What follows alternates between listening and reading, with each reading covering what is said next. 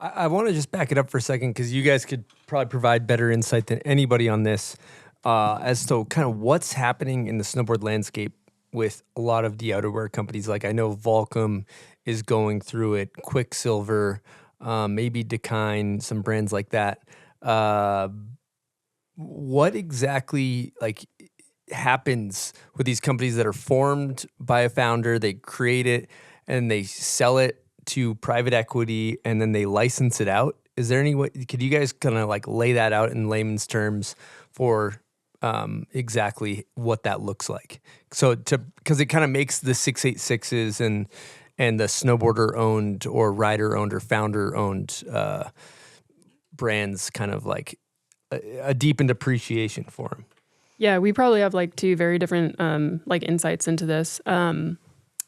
Yeah, so Dakine went through this, and I can talk about what that looked like. So, yeah, Dakine was founded by Rob Kaplan, and then he sold it, to Billabong. And so it was just a brand founded by a guy that was super into surfing and windsurfing, and then later on skiing and snowboarding and mountain biking and so on. And Billabong, kind of the bigger brand portfolios, it just doesn't seem like it works that well. Eventually it kind of starts to die and they become devalued and they devolve. And Dakine was always pretty solid, was sold to a private equity group. And then later while I was there, they were looking for a buyer and they ended up selling the company into a licensing model.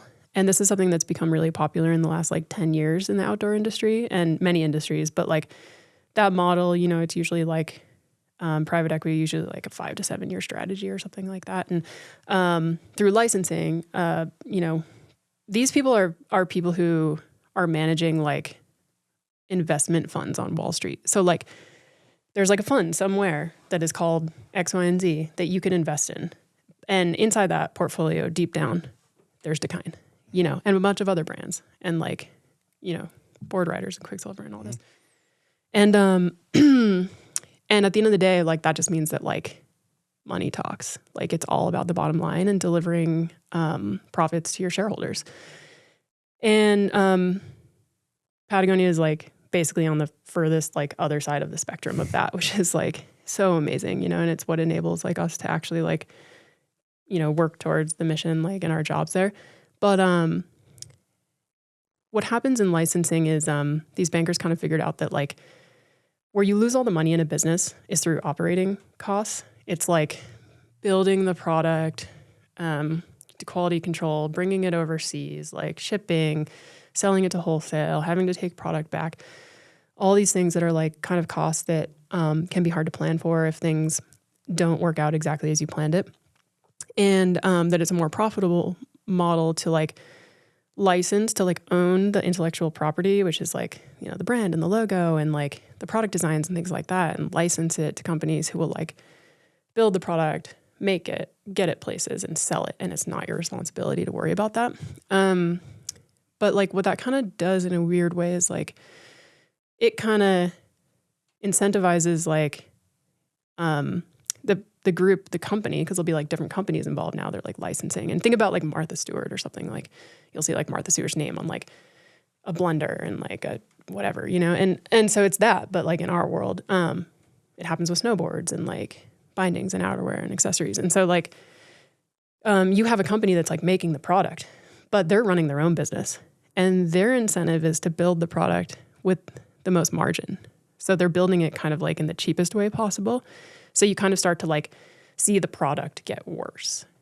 And then on the brand side, like, who own the intellectual property and like usually like the private equity, they want the brand to be strong, but like it's really hard to do that without really strong product that's getting better. Usually the product's always getting worse in that model over the years. And then like, because they get paid from like the licensing model, it's hard to invest in the brand when like the product starts slipping and like sales start slipping. So what they do is they open like more licensing. So you see it like all of a sudden it's like, oh, this company that made skis, now they're making snowboards and now they're making outerwear and goggles and helmets. And like, it's like a fool's errand. Like it's super short term. It's like, we're going to get sales this year to cover ourselves because we're like just hemorrhaging money over here on this thing. And like next year we'll open up like 3 more license agreements. So yeah. And it also feels like it detaches like brand from product in a way that, you know, depending on the consumer can feel it, you know, like everything we talked about with Solomon in that moment was, I think it mattered to the industry because the people watching those videos are like seeing that stuff from that team came out were affected by it because it's legitimate and it's authentic and you feel like, oh, like maybe this is me and my friends, or like these are fun. These are fun people that are telling the truth. I think that's what it is. It's honestly like you're watching it and you're like, this brand is telling me the truth right now. Like I believe it and I'm going to be fine to put myself behind it. And once this licensing starts happening and everything's like a little bit fractured, I think the consumer also can be like, what, what, you know, what's going on with that brand? Even if they have no clue there's a licensing model going on, it just starts to feel a little worse. I mean, I was riding for Dakine at that time too, and it would be wild where you'd have these like Zoom meetings with 3 different companies about like making a glove.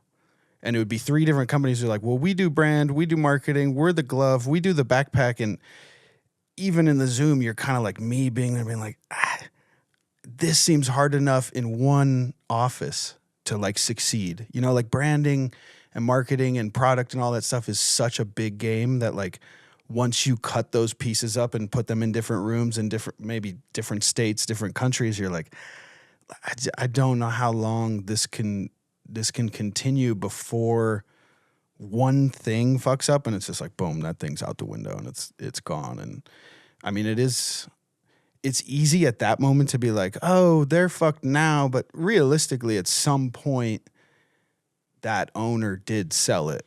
Like whoever started Dakine, whoever started Quicksilver, whoever started Vulcan, whoever started these big brands, like they made that decision. It did get run into the ground or whatever, but it's hard not to be like, well, maybe if that person stayed at the helm like Yvonne has, like Volcom still would be youth against establishment. Like if I don't know. I don't want to put my perspective on Wooly or anything, but you know, you're like, that's when Volcom probably started to die. Yeah.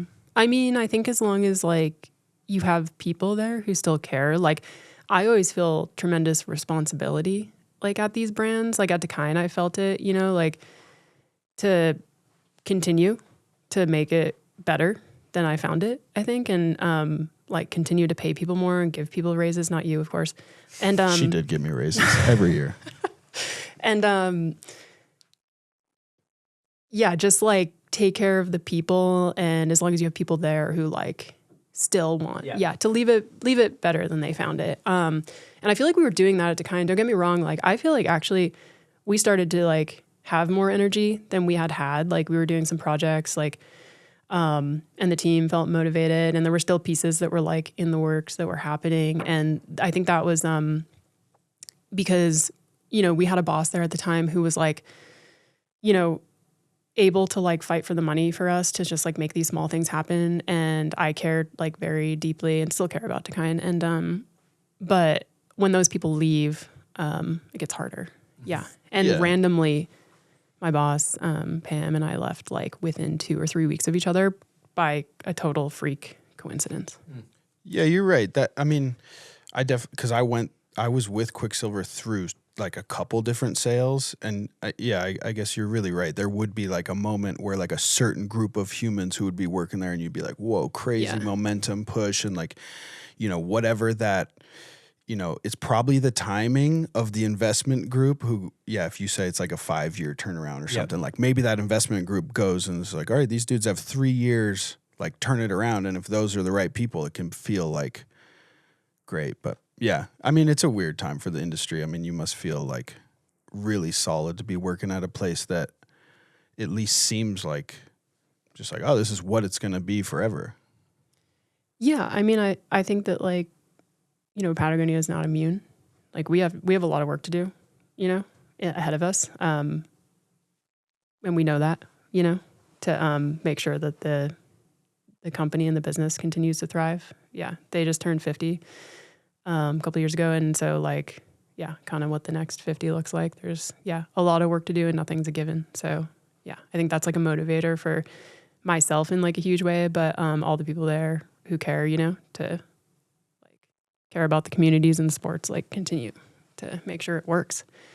Sometimes things are just out of your hands, you do what you can, but I don't know if we're drinking our own Kool-Aid here, but I feel like what you were saying, when somebody in the community like gets a job somewhere and they're running something, you're like, you're like, oh my God, this is like, they're going to be on the up and this is going to be awesome. And that's just like kind of what I mean. I think like maybe that's just, again, drinking the Kool-Aid, like that only matters to us and we're too core, but I do think like so important just have people who care.